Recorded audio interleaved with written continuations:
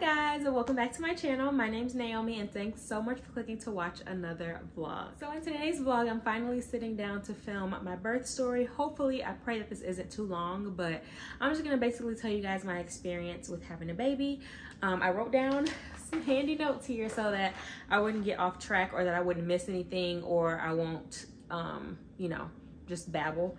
So yeah, I have some notes. If I stare off to the side, that's what I'm looking at. Also, it's like 8:30 at night. I just put Bio down to sleep, so this is literally the only time that I could find to film. I'm comfy downstairs on the couch. Got a little blanket with me because it's chilly down here, and these are my work clothes. So yeah, I haven't changed clothes yet. I have spit up on me, but we move because I really want to get this filmed. So let's go ahead and get into my birth story. All right, so in trying to figure out like how I wanted to break things up, I have before birth, which is probably like 2 weeks before birth, and then after birth. So let's get started. So first of all, I wanted to show you guys this TikTok that I made of the last, I think I ended up getting like the last 6 weeks before pregnancy. So I'll just go ahead and play that.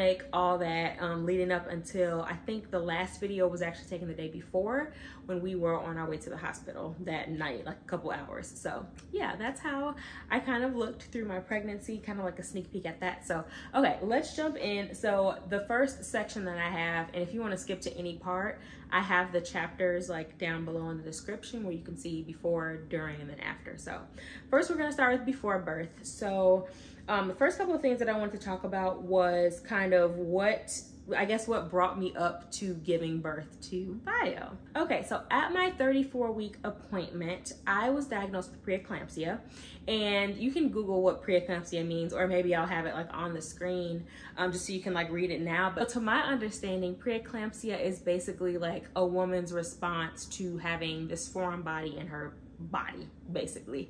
Like we're growing a baby, and I know my doctor mentioned the placenta specifically, so he was saying that like my body is basically reacting to the placenta growing inside of me.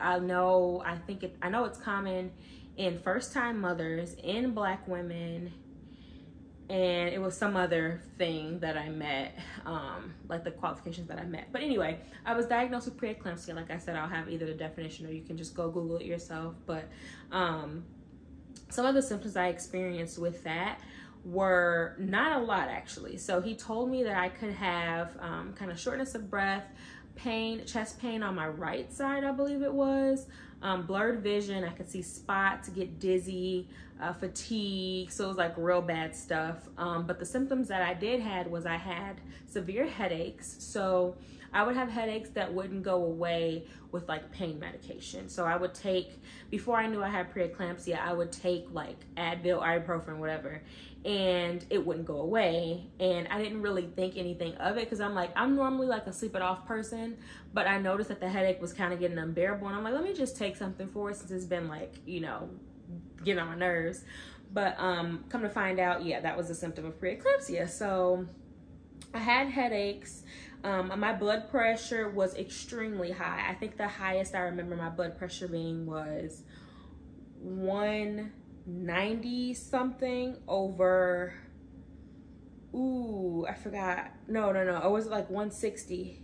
I think it was like, it was like 160 something over like 98 or something like that. So it was pretty high. Mind you, the typical one is 120 over 80. So I was like in the 160s over almost 100, basically. So that was like one of my highest blood pressures. And I'm normally a person who has typically low blood pressure or lower normal. So that was another red flag when they kind of saw my blood pressure creeping up. And then also my urine. So they tested my urine, and I had a ton, like it was an insane amount of protein in my urine. So I had to do a 24-hour urine sample, and the amounts were like astronomical. Like I failed the heck out of that. So those are just some of my symptoms. I only experienced 3. I didn't experience anything with like my vision. being dizzy, surprisingly, anything like that. But what the doctor did mention was, since I was 34 weeks when he diagnosed me, they did want to push me to see if I can get at least past 36 weeks, and then basically, you know, assess me then. At that point, I ended up coming in twice a week to the OB just to get my blood pressure checked to make sure that I wasn't, like, you know, getting any worse. And so I pretty much stayed steady. Like, my headaches were just getting pretty bad. My blood pressure, I ended up getting on blood pressure medication. I got on one, which is like a low dose, but that didn't do anything. So then they put me on 3 times a day with the same low dose, and that kind of helped to get me back down to like the 150, 140 something range. But it was still high, but it was like manageable. And then again, my urine was just gonna keep spilling protein, is what they would say. So he also notified me, like, as we were trying to push me to 36 weeks, it would kind of be like as much as I can go before my body would give out. So you know, it would get to the point where, okay, we made it to 36 weeks. Okay, can we push you to 36 and a half? Can we push you to 37? Once we get to 37, okay, it really doesn't make a difference. Like, the kind of thing he said was, like, it doesn't really make a difference in you going 37 weeks or 38. Like, 36 is like, at least get you to 36. And then everything under that is kind of like a bonus. So yeah, we did that. I feel like after that diagnosis, I kind of started to tank, like, really bad. Like, I was feeling crappy. All right, y'all. So sorry for trying not to get irritated. Sorry for abruptly coming in the video like this. I realized that my phone was not recording the past like 15 minutes of me talking. So I only have the 7 minutes recorded. Everything else just wasn't captured. So talked to my husband, vented to him for a second, and I'm gonna try again. My phone does not have storage, which really means that I need to get a camera with some SD cards and all that, so I can formally record, or either I need to get another phone, like a content phone, because I have a ton of pictures of a baby. Anyway, I'm going to try to make this as seamless as possible. So I believe where I last was talking, I feel like my energy just went down. I'm so sorry. But reality, like, I tried to film, and now it's 9:15. I think I started this at 8:30. So I had been talking. Oh my God, I must have been talking for like 20 extra minutes. Okay, so I'm gonna try to make this, and I'm cold, child, look. I'm gonna try to make this as seamless as possible. So I believe I was saying that, last thing I remember saying is that basically doctor was saying it doesn't matter if I get to, I'm trying to backtrack. Doesn't matter if I get to 36 weeks or 37 weeks, it's going to be the same result as far as the baby's health and development. So, I can't remember if I talked about that. So, I'm just going to jump right into our discussion about induction. So, at my 36-week appointment, or no, it was after my 36-week appointment. So I was like 36 weeks and I believe like 4 days. And so we talked about induction. So for me, the induction route that we wanted to go, which is what kind of he discussed, was giving me 3 doses, so a pill that is inserted behind my cervix. And I know it sounds really uncomfortable because it is, but it's inserted behind my cervix to ripen it and hopefully help it dilate. And then I'm given Pitocin to kind of help the contractions and stuff pick up, and then hopefully jolt, you know, kind of push my body into going into labor on its own after that. So that's the option we went. We talked about that. And after we talked about it, he was like, well, so are you ready to meet your baby today? And I was like, I guess so. Kind of like at this point, I was really just feeling done. I was feeling exhausted. I was mentally prepared to keep going. Like, I wanted to push it out to like 37, 38 weeks. But I think physically my body was a little bit more done than I mentally wanted to be. So I had to go with what my body physically was feeling. So I just kind of just told him, yeah. We were kind of confident, really confident in the doctor. You know, I had built a relationship for the past, 8 months with him. So, you know, listening to him and his concern for me, because obviously I'm the patient, and well, we're both the patient, me and the baby at the time, but I'm his patient because the baby isn't born yet. his first thought was to kind of like make sure I'm good and I'm okay and able to handle this. And I don't think he really wanted to push it further than that. So he ended up making the appointment for that day at 7 p.m. Mind you, my appointment was at like 1 o'clock in the afternoon. So I think we were done about 2:30. So within 5 hours, I was going to meet my baby, I thought. Because I was like, I don't know, when I go to the hospital, I was like, oh my God, he's coming tonight. So me hearing that was like a rush of like excitement. It was also like being anxious, and then also a little bit of fear, because, you know, yeah, I'm excited to meet him, but he got to come out one way or other. So I was really nervous for that part. And yeah, I just remember having that like anxiety a little bit. And so came back home, you know, my mom and Darrell really helped with getting my bags together. I pretty much had some stuff packed, or like things that I wanted to bring together. I don't think I had anything in the suitcase yet. And as far as like when I heard the word induction, I'm not sure if I said this yet, but basically when I heard the word induction, I was kind of thinking like, dang, I really didn't want to have an induction. I wanted to go into labor naturally. Like I wanted my body to just do its own thing, but that route just wasn't for me, and that's perfectly fine because of the preeclampsia, you know, complications. I couldn't just push it or go like 40 something weeks without me suffering any like harm. So yeah, that is when we were getting ready to go to the hospital, because my appointment was at 7 p.m. So we were getting ready for that. I remember leaving here and just being like so anxious and ready to meet him, but also fearful for what was going to happen in the process to meet him. So that was the whole thing. Now we're going to go ahead and transition into the actual birth. Okay, I just had to double check I was still recording. I'm gonna probably do that like every minute now. But anyway, so yeah, let's transition into the birth. So we get to the hospital. I will say kind of like a time frame just before I talk about everything. So my appointment's at 7. I got there at 7 p.m. From 7 to 9, I spent registering with the nurse. So getting to my room, them getting my ID, my insurance information, things like that. Me undressing, getting into a gown. So all the like administrative stuff was from 7 to 9. So literally took about 2 hours. At a little bit after 9 is when I finally got the first dose of the pill for the induction that I was talking about. So that clock started at, I want to say like 9:30 or something like that.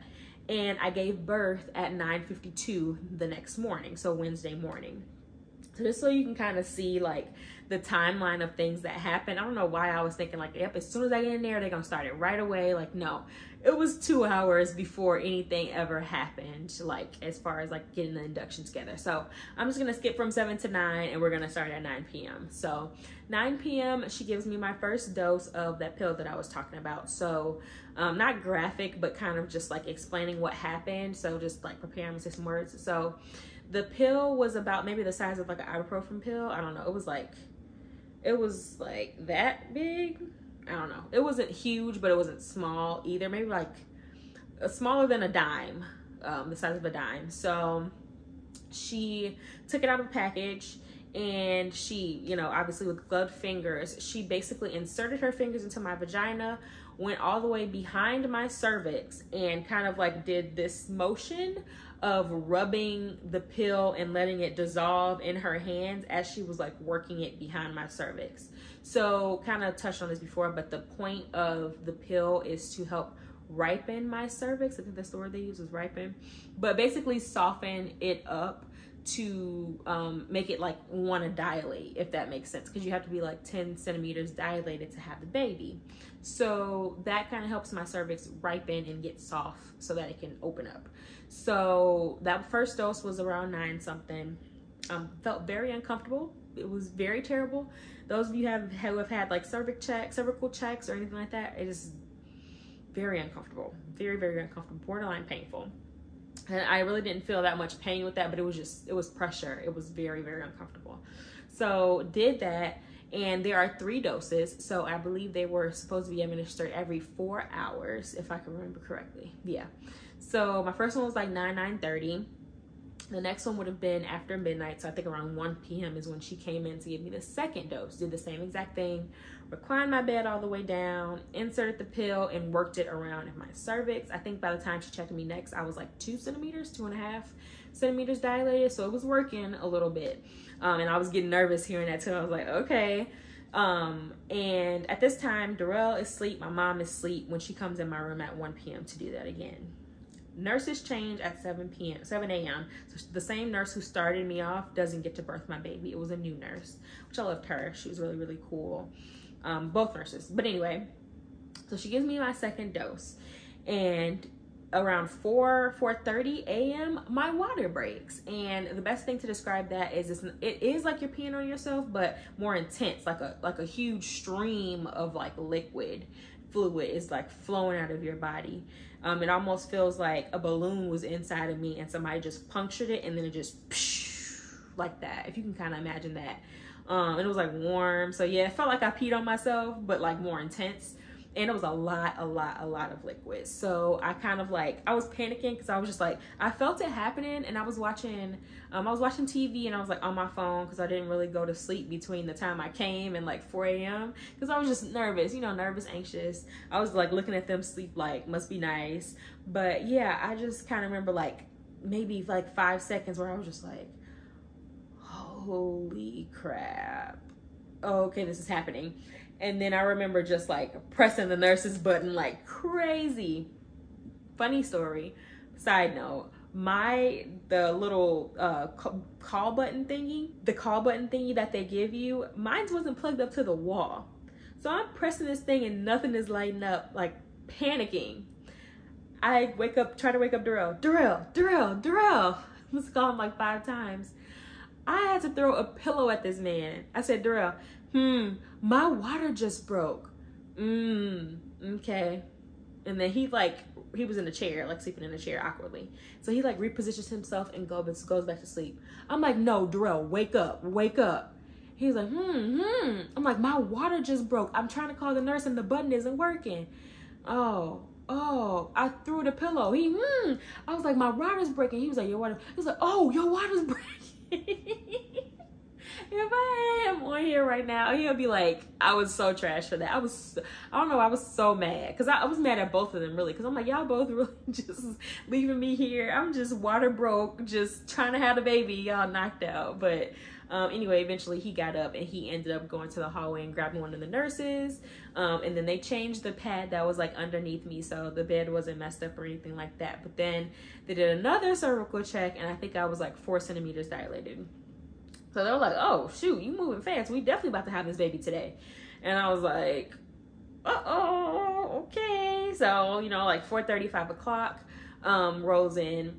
About, I want to say maybe, I don't know the time frame, I feel like everything is kind of like blurry, but a short while after my water broke, I'm cold.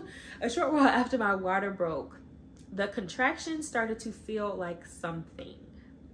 Let me just say that. And I'm not even going to begin to explain contractions. I've heard people say cramps. It's different than cramps to me. I feel like to everybody it feels different, so I don't even want to describe them. And then I feel like what I heard on the internet like described to me was nothing like what I felt. It's like I get what the people are trying to say, but it's hard to describe something that somebody hasn't felt before in that capacity, because it could be different. You could be feeling the contraction. It's kind of like your abs are tightening, like squeeze and then let go, squeeze and then let go. But when it's squeezing, it's pain as it got intense, not right away, but for me. But as it progressed, the pain got intense. And so basically from the time my water broke until the time I was ready to deliver, it just kept up. So after my water broke, I did not take that 3rd dose because at that point it was like 4 centimeters dilated. They were like, yeah, it's no point, your cervix is like, your body is kind of like ready, like, all right, we're about to do this. So I think my body started to go into labor at that point on its own. And so as my cervix started dilating, they were like, okay, that's fine, we're just gonna put you on Pitocin. So I did get some doses of Pitocin. They started me on a very, very low dose, and I think that's what really like amped up those contractions. And I was having them beforehand, I believe, like little mini contractions, but they really started to get like intense as time progressed. So they kept always being like very close together. And when I say close together, I mean maybe 10 seconds break in the beginning, and then I would get like maybe 5 seconds relief before the next one hit. And that was from, let's say, 5 o'clock a.m. until I had the baby. So around 10 a.m., 9:30, 10 o'clock.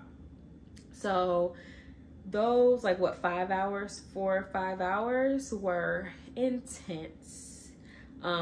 I was on the little ball thingy that they helped you use. I feel like I'm not really doing a good job at explaining it, but I sat in the bed for the majority of my contractions.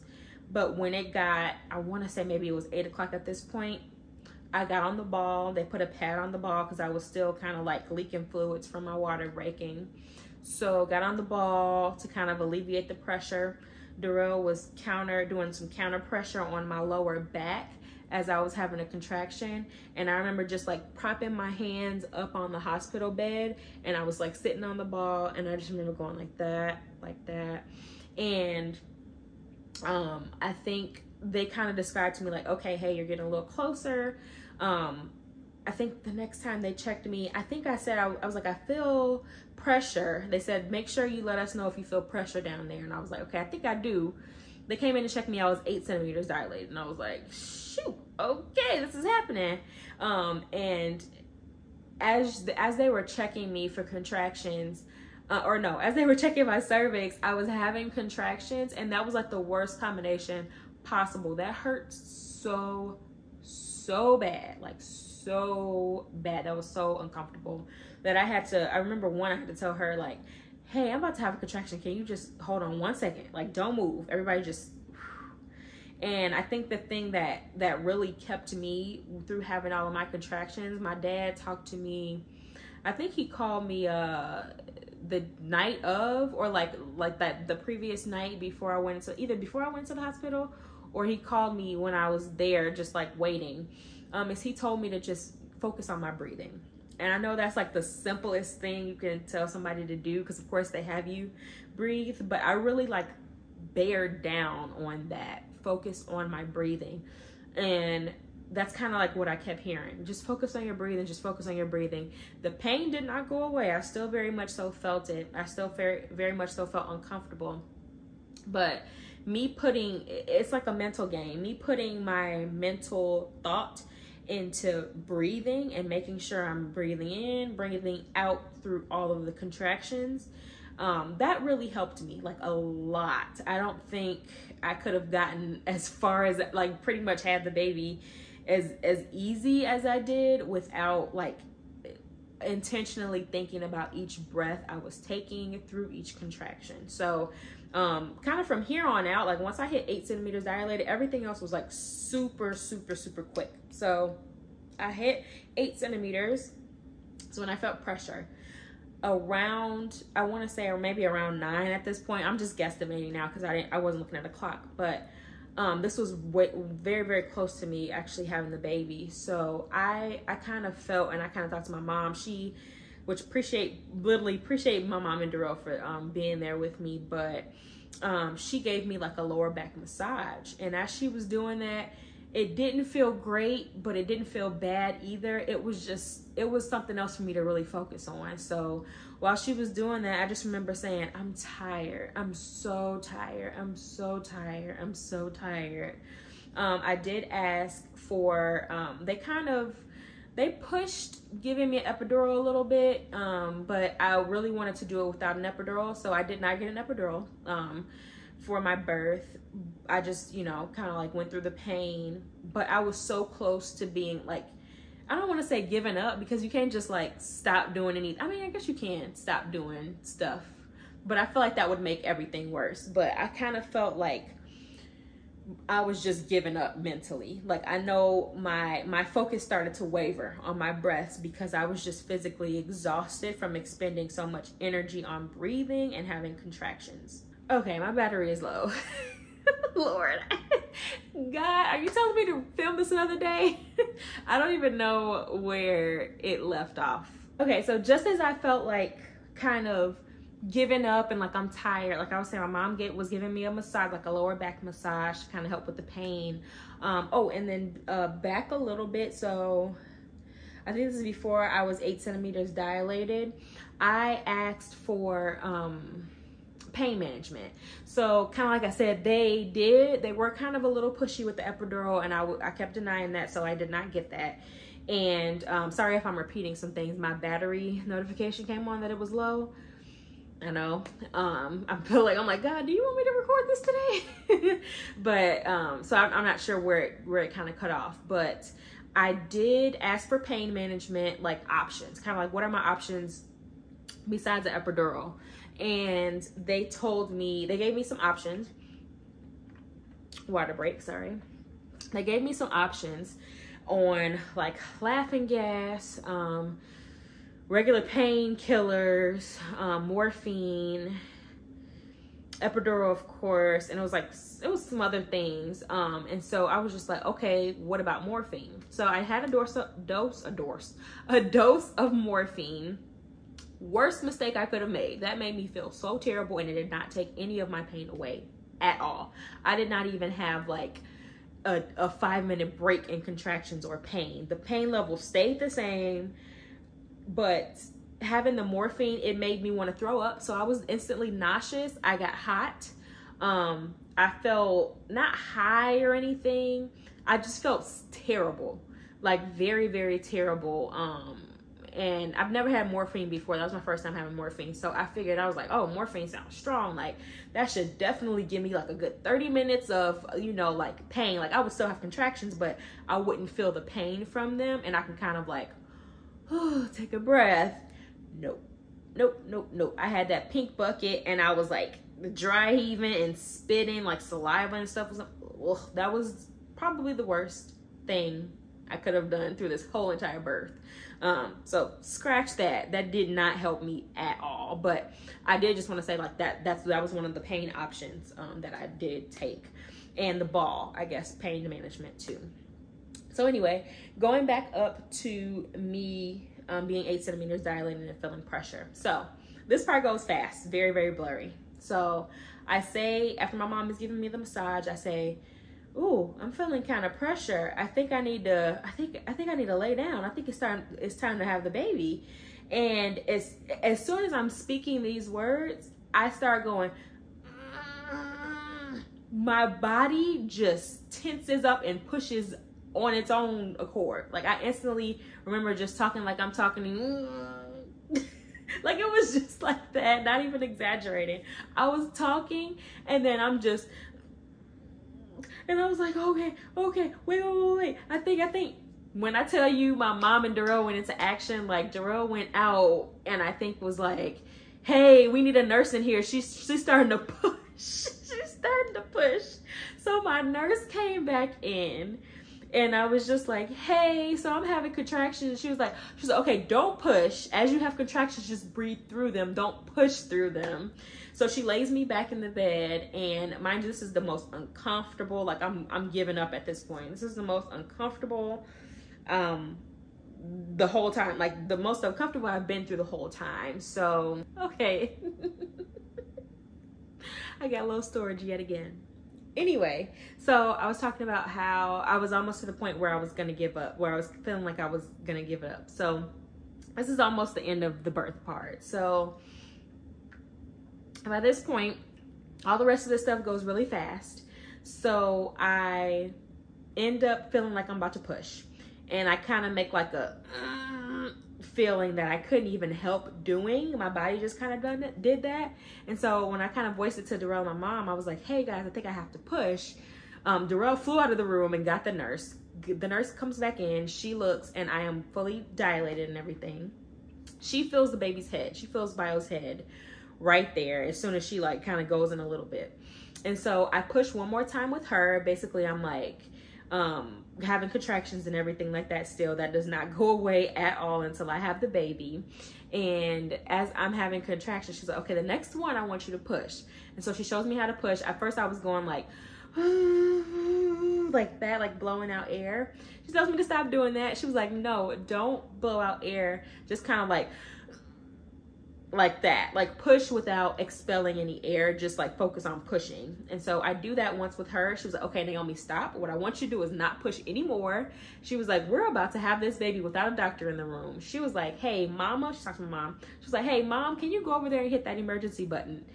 My mom could not find the button for whatever reason. Like, I'm hearing all this happening as I'm having contractions, and I'm just kind of like, okay, I'm having another contraction. I'm feeling like I'm about to push. So can y'all hurry this up? Like, I was like, damn the doctor. I'm about to just have the baby. I think by the time I was 8 centimeters, they called my doctor and was like, hey, she's probably about to have this baby in the next 30 minutes, hour.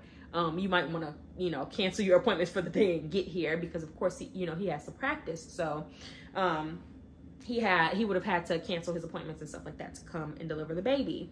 So the nurse tells my mom to go press the emergency button, and that emergency button, which I didn't know this, but it basically alerts everybody on the floor to come to your room because emergency, right? When I tell you my room had about 11 to 15 people in there in about 6 seconds, I mean just that. So we had everybody you could think of, basically techs, nurses, like again, 11 to 15 people just in my room.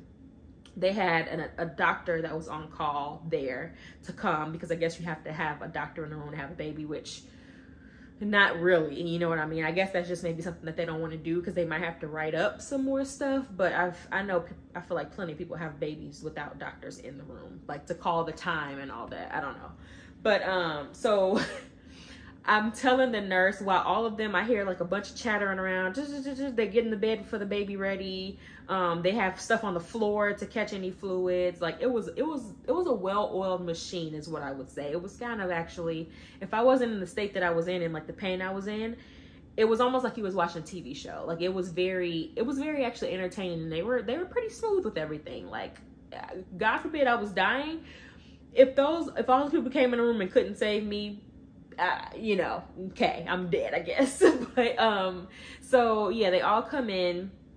I'm communicating with my nurse. Hey, I'm feeling another contraction. I have to push. This push, I push the baby out, right? So I'm having a contraction. She's like, okay, Naomi, breathe, just breathe. And she was like, hey, she's about to have this baby. She can't stop. By the time I'm hearing her say that, I'm already, and I do that, and then I run out of air, and she's like, no, I need you to keep pushing. And I, again, the baby is out. And when I say head came out first, she was like, okay, we got the head. Boom, everything else, like, I don't know, it felt like a big, it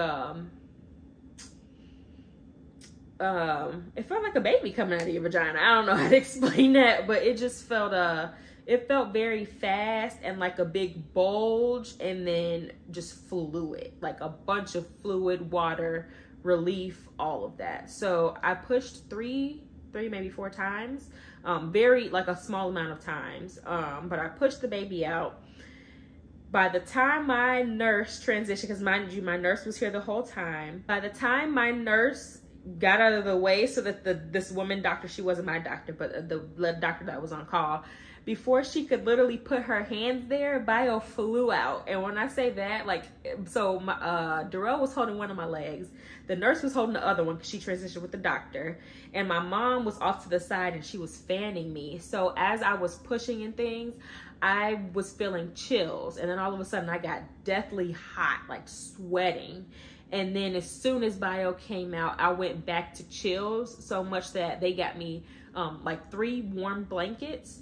And I asked for immediate skin to skin. So as soon as he came out, he literally came out, they held him up for me to look at, and then they basically laid him right on top of me. And then they put 2 more blankets on top of us. So as he was like kind of like laying right here on my chest. And I just remember my husband saying, Darrell saying, whoa, that was like fast. Like, so he pretty much shot out. Like if the doctor wasn't there to catch him, he would have like been on the floor type of thing. So that whole thing went very, very fast. As soon as he came out, I remember being so cold, like as in I was going like, and I remember just crying. Darrell was crying. And I remember just like putting my head, our heads together and being like, oh my God, we did it. It was like such a such a pure like bliss moment. And I was holding him and we were both just looking down at him, all bloody and everything. Like I did not care. I was just looking like, oh my God, I remember saying, my baby. And just like holding him. And he was so small. So he was born 5 pounds, 6 ounces. But he was long. It was like 19 inches, I believe, at birth. 19 point something inches. So he was long and skinny. And I just remember holding him. And I don't remember, did he cry? I think when they took him to the table, so Darrell cut the umbilical cord. They took him to the table to do like the wipe down on the test and all that stuff. And I remember hearing him cry. And I was like, oh my God, he's crying. And I don't think they would have laid him on me unless he was okay anyway. But yeah, he was crying. And I was just like, I don't know. I felt like that I was still cold and still feeling like terrible, like very terrible. But I was like, I can breathe. Okay, so finally done with actually the actual birth. So now we're transitioning to right after the birth. So I have given birth already. The baby is wrapped up and everything. My doctor comes in, I believe, like 5 minutes afterwards. I think Bio was still even in the little cart where they're getting ready, but my doctor comes in and he was like, wow, congratulations. You couldn't wait for me, like making a joke. And I was like, no. And he was like, congratulations. How are you feeling? And we talked a little bit. And so from the birth, because Bio did come out super fast, I did have a 1st-degree tear. So perennial tear or whatever. And so what happened was immediately after they like cleaned me up and everything, all the fluids and stuff came out. I believe I gave birth to the placenta and I didn't even know it, because then they showed me my placenta in a pan and the nurse made like a little heart with it. If it doesn't go against YouTube guidelines, I will try to insert a picture here, somewhere here. If it does, basically you can look up a placenta. Like it was actually pretty cool. It was veiny, bloody, and all that. But it was pretty cool. So I saw my placenta there. So I must have given birth to that sometime after Bio came. I didn't know what was going on, or either that was like in the gush of things that I felt. So yeah, so that was that. And so basically when my doctor came in, they like gloved him up and sterilized him right away to give me stitches. So they gave me some, I believe it was lidocaine or some type of numbing agent, and they inserted like syringes just like around my vaginal opening, my vagina, where they were going to do the stitches at. And so that was really, really painful. That stung so bad. That was like a real bad sting. Just the lidocaine being inserted. So he did the stitches, and this is probably the worst part too, is that I felt every stitch. And Darrell was by me, so I was holding on to his hand, and I was just like, ah, like I verbally complained that I'd hated this. And the doctor was like, he was like, I know, Naomi, it's just the 1st-degree tear. Like, I'll be done in a minute. I just want to make sure you heal okay, stuff like that. And I'm like, yeah, no, go crazy, do it right. But like, this hurts really bad. So I was like grabbing Darrell's hand, but I was also focused like on, so Bio was like diagonal to my bed where I could still see what they were doing. They were just like wrapping him up, wiping him down a little bit, not everything off, but just wiping him down, doing the little vitamin K thing with his eyes and all that stuff. So I'm kind of trying to like focus my attention there to distract me from what's going on here. But anyway, I felt every little like stitch, and then I would just see him going like drawing the string like that, sting, and then whoo, terrible. Would not recommend, but it was 1-degree tear, so I can't complain too much at all. So after all that was after all the hype happened, and doctor was checking my blood pressure, making sure I was okay, because my blood pressure was still up pretty decently. I was still taking medication and stuff. So he left. So now it's just me, my mom, Darrell, and the baby in the room. After a while, I end up staying in the hospital for 3 days. Since Bio was small, they wanted to make sure that his I think a glucose test and stuff were okay. So they tested him quite a bit for that and took a lot of blood. And then also me, like monitoring me to make sure that my blood pressure and my health were okay as well, since I had preeclampsia. They just wanted to make sure. So I got admitted into the hospital Tuesday night. We left on Friday. So yeah, stayed about 3 days, and the kind of the postpartum aftercare. So they the hospital said it was very nice. The food was not really the greatest, but it's a hospital, whatever. But kind of like the postpartum care was really nice. So the next day I was able to take a warm shower, not hot, but like warm, cool shower, which was really, really nice. They give you like a care package. So again, I did have stitches. So they gave me diapers, a cooling pad, and some, what are those things called? Tucks, like witch hazel, to help with healing and cooling and all that, so I don't get an infection or anything like that.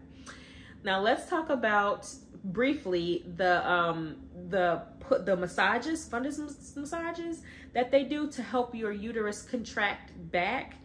Those were terrible too. I don't know what was worse, like the before contractions, that was pretty bad, or like the stitches or the massages, because that was pretty bad too. But those massages were terrible. But she would basically just press down, and like I felt like the nurse was using all of her body weight to press down on my stomach. And as she was pressing down, fluids just gushing, blood. So I'm still bleeding this whole time. So that's where the underwear, the pads, like the cooling thing for the stitches and all that comes in, because that's just sore at this point. But yeah, that wasn't really a great time at all. All right, y'all, but that was pretty much it. That I feel like my actual birth went by way quicker than the before and the after. So yeah, the last thing I have here is our first night at home. It was amazing. We didn't really get much sleep at all, but I think we were still on the high of like, we just had a baby, so it wasn't as bad as like I thought it was gonna be. I was almost like, oh wow, we're really waking up in the middle of the night to take care of the baby. That subsided really quick, because like what, the weekend we were just like, what is he talking about now? Like we're barely alive. But the first night at the hospital, or bringing our baby back home, was just amazing. Again, my mom stayed a couple extra days. Or no, I think she stayed like 2 extra days. She left on Sunday. We got out of the hospital on Friday. She left on Sunday. And then when it was just us by ourselves, we were like, wow. Of course, I started maternity leave. I was on maternity leave for 3 months, and Jarrell was not. So Jarrell was working the entire time, but he works from home. So it's not like I was alone with the baby or anything like that. But it was a time. It was almost like we're on this cloud now, back to reality at home, and kind of like living our new lives and starting our new lives as a family of 3. And it's just been amazing. And I thank God so much for my mom and for Darrell, my support system. Those two just being there with me, and being there with me the whole time, except for the times where they were sleeping. But being there for me the whole time just really meant so much to me. I don't think I could have gotten through it without them being there with me. So yeah, I hope this video is not too long. I'm so sorry for all of the interruptions and breaks we had, but that's what makes it genuine and interesting. So I appreciate you guys listening to my birth story. If you have any questions, or if I think of something that I left out, I'll just jot it down below. Other than that, I won't. But yeah, if you guys have any questions or want to know any more about a specific thing that I might have just touched on, but you want to know more about, just let me know down below. But thank you guys again so much for listening to my birth story. I really do appreciate it. And it was kind of nice reliving everything and sharing that with the public, the internet, with you guys, with the fam. So yeah, hope you guys enjoyed. Again, if you have any questions, let me know. But as always, thanks so much for clicking to watch another video, and I'll see you in the next one. Bye.